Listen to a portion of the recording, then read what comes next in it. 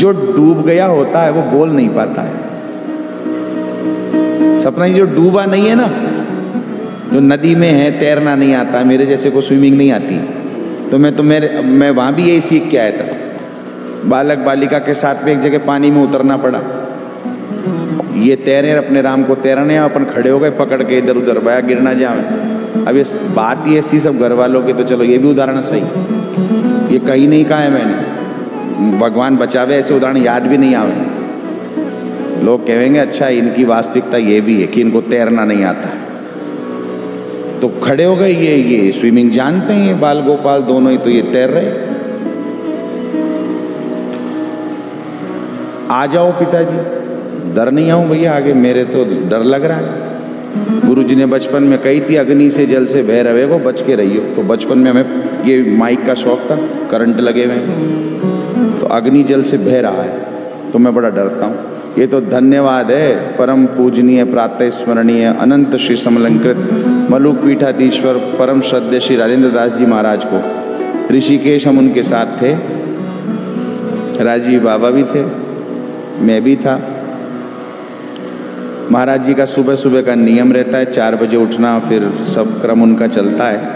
उनका संग मिला, दर्शन किया, साथ रहे, और फिर वो घाट पे स्नान करने जाते हैं। उनको जल का बड़ा अभ्यास है, सभी को, पूरे परिकर को, उनके सबको ही। तो सब फिर जहाँ भी जल के समीप में यदि महाराज श्री विराजेंगे तो प्राय वो स्नान फिर वो वहाँ नहीं करते हैं आश्रम में, फिर वो सीधा घाट पे मिलते हैं। तो चलो चलो चलो चले गए तो सबरे बाबा उतर गए, अपने राम 4-6 कदम पीछे। और वो घाट भी ऐसा ढूंढते हैं जहाँ पर सीढ़ियाँ नहीं हो, मिट्टी से उतरना पड़े, को एकांत चाहिए होता है। फिर वहीं पर नित्य नियम करना, संध्या वंदन करना, फिर वहीं हवन यज्ञ करना, फिर वहीं पर से तैयार होके आना, फिर सीधा कथा में, ये उनका क्रम है। तो सुबह सुबह की पारी अरुण जी और वो सब उतर के खूब गंगा जी में, और निर्मल जल गंगा का।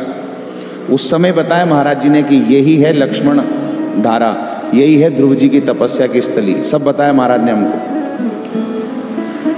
वहां पर पानी में अपने राम उतरे नहीं, तो महाराज ने कहा कि व्यास जी आ जाओ, बड़ा लाड करते हैं मेरे पे, बड़ी कृपा उनकी। व्यास जी आ जाओ। महाराज जी मैं तो नहीं उतर सकता, मैं पूरे जीवन में कभी जल में नहीं उतरा हूँ। मैं तो जिस भी तीर्थ पे गया हूँ घाट पे प्रणाम किया, प्रोक्षण किया, आचमन किया, छीटा लिया, रवाना, मैं कभी नहीं उतरा हूँ महाराज। मैं सिड्डी वाले घाट से नहीं गया, मैं यहाँ से कैसे आ जाऊँ?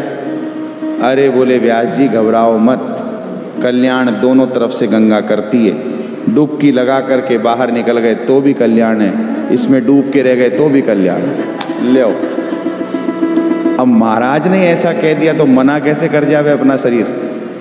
ठीक है महाराज, हिम्मत करी तो एक तरफ से मोहनदास जी बाबा भी थे वहाँ पर, एक तरफ से मोहनदास जी महाराज ने पकड़ लिया, एक तरफ से स्वयं महाराज श्री ने पकड़ा, आ जाओ मेरे पास आ जाओ। एक तरफ से मलुकपीठ वाले महाराज ने हाथ पकड़ा, अपने राम ने वहीं विचार कर लिया, अब अंदर रह गए तो भी पक्का कल्याण है, 2 महात्मा पकड़ रखे और गंगा में है ही।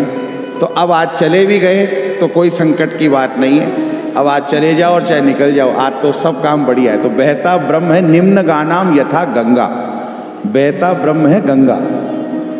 आपको निर्मल ब्रह्म का दर्शन करना हो तो आप गंगा के प्रति वैसी श्रद्धा रखिए।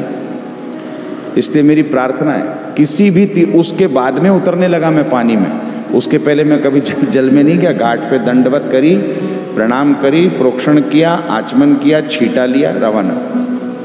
उसके बाद ऐसा अभ्यास हो गया है कि ये पुल वूल तो नहीं कहता, लेकिन घाट पे कहीं उतार लो डर नहीं लगता। उसके बाद तो हम कहीं ना आए, बताओ आगे तक जा करके नर्मदा जी और कई फिर अभ्यास हो गया। अरे गुरुजनों की महात्माओं की कृपा ऐसे होती है। उन्होंने उस दिन 2 जनों ने हाथ पकड़ा, उसके बाद अब किसी का हाथ पकड़ाने का डर नहीं लगता। अब तो लगता है ठीक है, जो है सो है, क्योंकि वो बात हमेशा याद रहती है। डुबकी लगा के निकल गए तो भी कल्याण है, डूब के रह गए तो भी कल्याण है। अब क्या संकट है, चाहे वो नर्मदा हो, चाहे कावेरी हो, चाहे गंगा हो, चाहे यमुना हो, चाहे सरस्वती। इसलिए वैष्णवों संतों की बड़ी कृपा है, वो जीना सिखाते हैं अपने को। इसलिए उनके आचरण देखिए, सीखिए, उनसे शिक्षाएं लीजिए।